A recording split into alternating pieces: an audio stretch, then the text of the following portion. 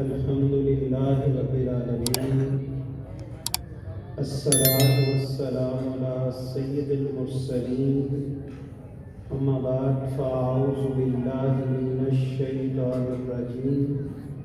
بسم اللہ الرحمن الرحیم۔ قال اللہ سبحانہ وتعالی فی القرآن المجید والفرقان الحمید، الذین یؤمنون بالغیب ویقیمون الصلاة ومما رزقناہم ينفقون۔ وقال اللہ سبحانہ وتعالی فی شان نبیہ، ان اللہ وملائکتہ یصلون علی النبی یا ایھا الذین آمنوا صلوا علیہ وسلموا تسلیما۔ محبت کے ساتھ تمام دوست درود پاک پڑھیں۔ اللہم صلی علی سیدنا و مولانا محمد وعلی آلہ وصحبہ سیدنا و مولانا محمد وبارک وسلم علیہ۔ اللہ تعالیٰ کا ہم پر بہت بڑا احسان عظیم کہ اس پاک ذات نے ہمیں ایک ایسی مجلس میں بیٹھنے کی توفیق عطا فرمائی جہاں اللہ رب کریم، اس کے محبوب نبی اکرم صلی اللہ علیہ وآلہ وسلم کا ذکر خیر جاری ہو ساری ہے، اور یہ مجلسیں وہ مجلسیں ہیں کہ میرے محبوب پاک نبی کریم صلی اللہ علیہ وآلہ وسلم فرماتے ہیں جو شخص ایسی مجلسوں میں بیٹھ جاتا ہے وہ ابھی ختم نہیں ہوتی، اللہ ان کے ختم ہونے سے پہلے بیٹھنے والوں کی بخشش فرما دیتا ہے۔ میرے دوست، میرے عزیز، میرے بھائی، اللہ تعالیٰ نے قرآن کریم فرقان حمید میں ایمان والوں کی 3 ایسی صفات بیان کی، 3 ایسے خصائل بیان کیے جو ایمان والوں کے لیے اللہ تعالیٰ نے ہر چیز کے اوپر مقدم رکھے۔ سب سے پہلے فرمایا الذین آمنوا، کہ ایمان والے وہ ہیں جو غیب کے اوپر یقین رکھتے ہیں، اور ان کا یقین، ان کا ایمان غیب پر ایسا ہے کہ ان کو اللہ کی ذات جو بظاہر نظر نہیں آتی، اللہ کی نشانیاں، اللہ تعالیٰ کے بنائے ہوئے نظام پر وہ غور کرتے اور وہ ہر اس غیب پر یقین رکھتے جس پر اللہ تعالیٰ نے ایمان لانے کا حکم دیا۔ الذین یؤمنون بالغیب، وہ ایمان والے جو چھپی ہوئی چیزوں پر، پوشیدہ چیزوں پر یقین کامل رکھتے ہیں۔ وہ موت ہے، وہ حشر ہے، وہ قبر ہے، وہ آگے کے قیامت کے مراحل ہے، ایک ایک وہ چیز جو اللہ نے پوشیدہ رکھی، چھپا کے رکھی اور اسے ایمان کا حصہ بنایا۔ میرے محبوب پاک نبی کریم صلی اللہ علیہ وآلہ وسلم فرماتے قیامت کا دن ہوگا اور ایمان والے اس دن اس حال میں اللہ سے ملیں گے کہ اللہ ان سے راضی ہوگا، وہ اللہ سے راضی ہوگا۔ قیامت کا دن، وہ دن جو ایسی مشکلات کا دن، ایسے مصائب کا دن، ایسی تکالیف کا دن کہ میرے محبوب پاک نبی کریم رؤوف الرحیم صلی اللہ علیہ وآلہ وسلم فرماتے ہر شخص اپنے گناہوں کے پسینے میں ڈوبا ہوگا، کوئی ٹخنوں تک، کوئی گھٹنوں تک، کوئی رانوں تک، اور کوئی پوری کی پوری گردن تک۔ لیکن قربان جائیں، اس دن اللہ تعالیٰ ان لوگوں کو اپنی رحمت کا سایہ عطا کرے گا جو اللہ کے خوف سے دنیا میں وقت گزارتے ہوں گے۔ اس لیے وہ بولنے سے پہلے، دیکھنے سے پہلے، وہ چلنے سے پہلے، وہ کام کرنے سے پہلے ہر امر کے اندر اللہ تعالیٰ سے ڈرتے ہیں، اللہ تعالیٰ پر یقین رکھتے ہیں کہ وہ ہمارے اعمال کو، ہماری کرتوتوں کو، ہمارے افعال کو دیکھتا ہے، اور اس طرح وہ زندگی گزار کر گئے ہوں گے، اللہ ان سے راضی ہوگا، اللہ سے وہ راضی ہو جائے۔ پھر فرمایا ان کی پہچان یہ وَيُقِيمُونَ الصَّلَاةَ، وہ نماز کو اس طرح قائم کرتے ہیں، صرف نماز پڑھنے کا حکم نہیں بلکہ نماز پڑھنا ایک جز اور قائم کرنا اس کا پورا کل، کہ وہ اس طرح نماز پڑھتے ہیں کہ ایک اللہ کا مومن بندہ اللہ تعالیٰ کے حضور بھی حاضری دیتا ہے، اپنے اعمال کی بھی خبرگیری رکھتا ہے، اور اپنے دوسرے مسلمان بھائیوں سے بھی منسلک رہتا ہے، جو جڑتا نہیں ہے، جو رابطے میں نہیں رہتا، جو یہ سمجھتا ہوں میں اکیلے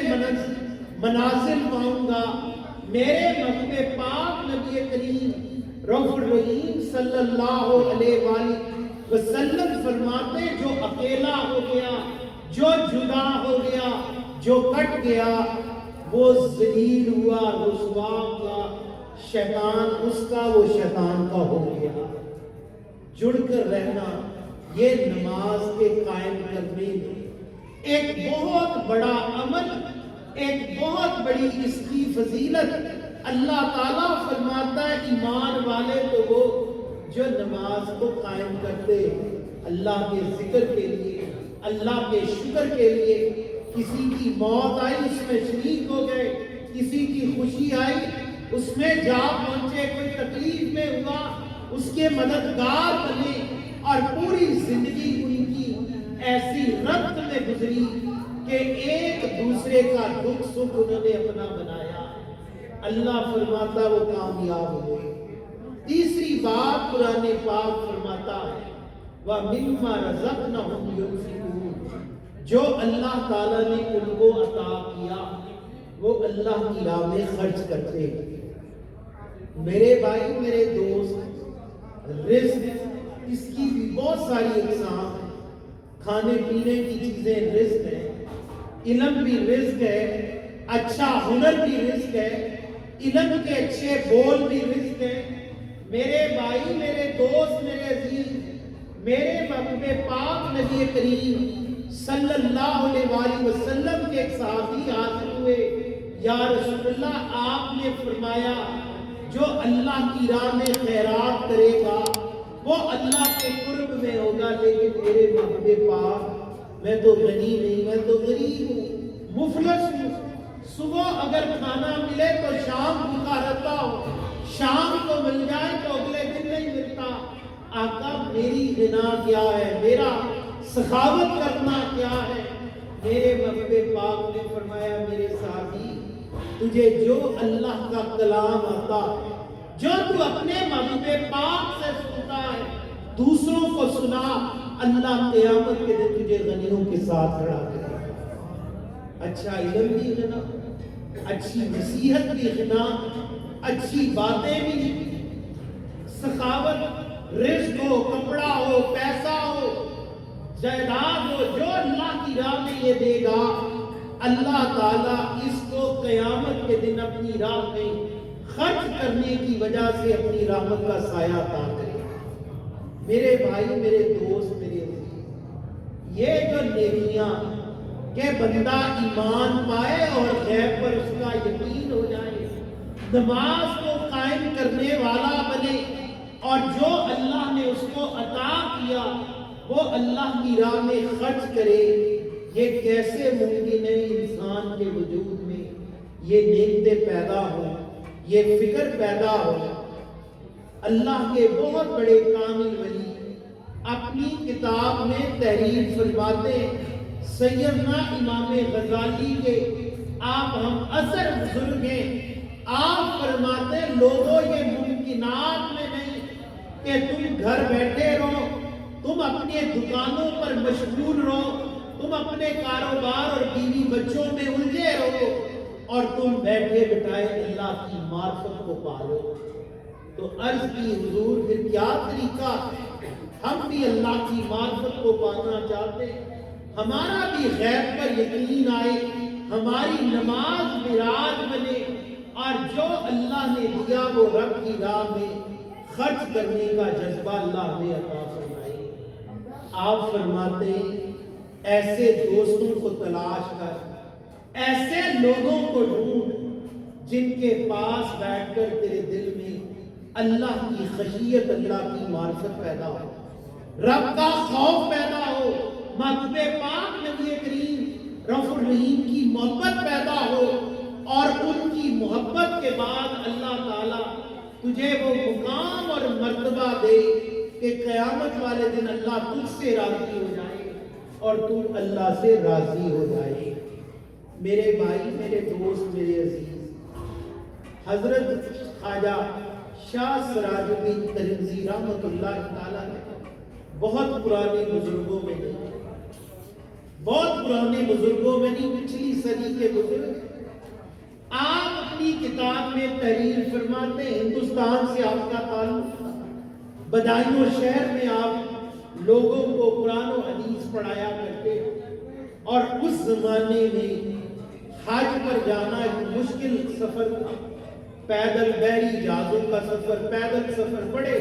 لمبے چوڑے رستے، جب لوگ حج پر جاتے تھے یہ سوچ کر جاتے تھے اب واپس ہونا ممکن نہیں، پتہ نہیں زندگی ملے نہ ملے، موقع ملے نہ ملے، گھر سے جانے لگے، عزیزوں سے، رشتہ داروں سے، خاندان والوں سے ایسے ملے، کب دعا کرنا میں واپس نہ ہوں، مکہ ہی موت آ جائے، مدینہ طیبہ ہی موت آ جائے، یہیں دفن ہو جاؤں، یا میں اللہ کے گھر کے قریب دفن ہوں، یا مدینہ طیبہ دفن ہوں۔ یہ دعا کر کے گھر سے روانہ ہوئے، جب حج کرنے گئے، حج کیا، اس کے بعد محبوب پاک کے در پر حاضری ہوئی، حاضری دے کر دوبارہ مکہ تشریف لائے، عمرہ ادا کیا، اور عمرہ ادا کر کے لوگوں نے کہا اب ہم جانے لگے ہیں، کوئی پیغام، کوئی گھر والوں کے لیے آپ نے سندیسہ دینا ہو؟ فرمایا نہیں، میں تمہارے ساتھ چلوں گا، میں تمہارے ساتھ واپس جاؤں گا۔ لوگوں نے کہا آپ تو چاہتے تھے یہاں قیام کرتے رکھتے، فرمایا میں نے نہیں کہا، میں ساتھ چلوں گا۔ جہاز پر بیٹھے، بحری جہازوں کا سفر تھا، کئی مہینوں کے بعد ہندوستان پہنچے، بڑے بڑے علماء، مشائخ آپ کا استقبال کرنے آئے، آپ کی زیارت کو آئے، عرض کی اے سراج الدین ترنزی، آپ کو فرماتے تھے میں یا جنت البقیع میں دفن ہوں گا یا جنت معلیٰ میں، مکہ المعظمہ میں دفن ہوں گا، آپ تو واپس آئے۔ فرمایا لوگوں، میں ایک رات بیت اللہ کے اندر موجود تھا، اور وہیں نماز پڑھتے پڑھتے، اللہ کی عبادت کرتے کرتے میری آنکھ لگی، میں نے دیکھا کہ اللہ کے گھر کے قریب کچھ جو 7 قبرستان ہے، اس کچھ قبروں میں مردے لائے جا رہے ہیں، اور کچھ جو پہلے سے وہاں دفن ہے انہیں نکالا جا رہا۔ میں نے جرأت کر کے ڈرتے ڈرتے ان لوگوں سے سوال کیا تم کون ہو اور کن مردوں کو نکالتے ہو، کن کو ڈالتے ہو؟ انہوں نے کہا اے سراج الدین غور سے سنو، یہاں کچھ لوگ ایسے دفن ہیں جو مکہ المکرمہ اور مدینہ میں دفن ہونے کے اہل نہیں، ہم ان کو یہاں نکالتے ہیں، اور پوری روئے زمین میں کچھ لوگ ایسے ہیں جن کا دل 24 گھنٹے اللہ اور اس کے محبوب کی جانب متوجہ ہے، جن کا دل ہر وقت کعبہ اور مدینہ طیبہ کی محبت میں مستغرق تھا، ہم ان کو اٹھا اٹھا کے یہاں منتقل کر رہے ہیں۔ جب میری آنکھ کھلی، مجھ پہ کبھی تاریخ ایسی عجیب کیفیت، میں نے کہا چل سراج الدین اپنے علاقے میں جا، اپنے ملک میں جا، اگر تو اس اہل ہوا وہاں سے تجھے اٹھا کے اللہ کے فرشتے خود مکہ المکرمہ مدینہ طیبہ منتقل کریں گے، اور اگر تو اس اہل نہ ہوا، ایسا نہ ہو کہ تیری کوئی غلطی، تیری کوئی کوتاہی تجھے یہاں سے محروم کر دے اور فرشتے یہاں سے اٹھا کے دوبارہ تجھے ہندوستان پھینکیں۔ میرے بھائی، میرے دوست، میرے عزیز، حضرت سیدنا امداد اللہ مہاجر مکی رحمت اللہ تعالی علیہ آپ فرماتے ہیں یہ بہت بہتر ہے کہ تم مدینہ منورہ میں ہو اور تمہارا دل تمہارے بچوں میں رہے، اس سے بہت بہتر ہے تم اپنے گھر والوں میں ہو اور تمہارا دل مدینہ طیبہ میں رہے۔ اور پھر فرمایا اگر تم یہ چاہتے ہو کہ اللہ تمہیں اس حال میں رکھے، فرمایا پھر ان کے ساتھ بیٹھا کرو، ان کے ساتھ تعلق پیدا کرو جو تمہیں اللہ تعالیٰ کا قرب عطا کرائے، تمہیں رسول پاک کی محبت نصیب ان کے صدقے سے ہو اور دنیا میں تمہارا قبر اور اس کی تیاری، حشر کی تیاری ان کی صحبت کی برکت سے حاصل ہو جائے۔ آج اس کے مرشد فرمایا کرتے لوگ اللہ کو نہیں مانتے، اللہ کے نبیوں کو نہیں مانتے، اللہ کے دین کو نہیں مانتے، لیکن موت ایک ایسی چیز ہے جسے روئے زمین میں ہر انسان مانتا ہے کہ موت آنی ہے، وہ کافر ہو، وہ مشرک ہو، مسلمان ہو، وہ ملحد ہو، وہ موت پر یقین رکھتا ہے۔ اور موت ایسا نقطہ ہے کہ جس نقطے سے انسان کی نصیحت کا آغاز ہوتا ہے، اگر وہ حاصل کرنا چاہے۔ میرے محبوب پاک نبی کریم رؤوف الرحیم صلی اللہ علیہ وآلہ وسلم کے سامنے سے ایک یہودی کا جنازہ گزرا، اللہ کے محبوب کھڑے ہو گئے، صحابہ کرام نے عرض کی یا رسول اللہ یہ تو یہودی ہے، آپ تو مسلمانوں کے جنازے کے لیے احترام کھڑے ہونے کا حکم دیتے ہیں۔ میرے محبوب پاک نے فرمایا اس سے غرض نہیں، یہ یہودی ہے، نصرانی ہے،